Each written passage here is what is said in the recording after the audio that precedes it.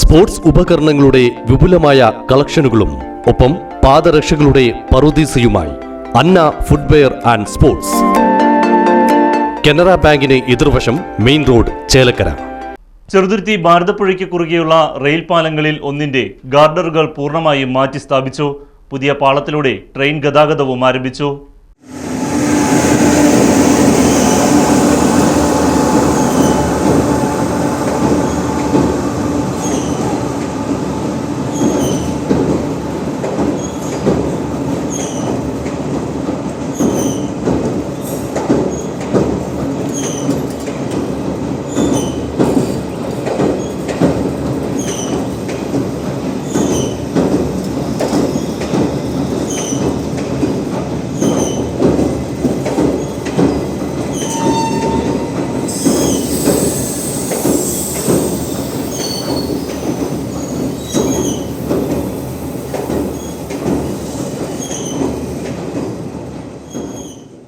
കഴിഞ്ഞ സെപ്റ്റംബറിൽ തുടങ്ങിവെച്ച പണി പൂർത്തീകരിക്കുന്നത് മെയ് 1 പറഞ്ഞിരുന്നുവെങ്കിലും അതിനു മുൻപേ പൂർത്തീകരിക്കാൻ കഴിഞ്ഞതിന്റെ ചാരിതാർത്ഥ്യത്തിലാണ് പ്രൊജക്ട് ഏറ്റെടുത്ത രാജസ്ഥാൻ ജയ്പൂർ ആസ്ഥാനമായ കിരൺ ഇൻഫ്ര എന്ന കമ്പനി.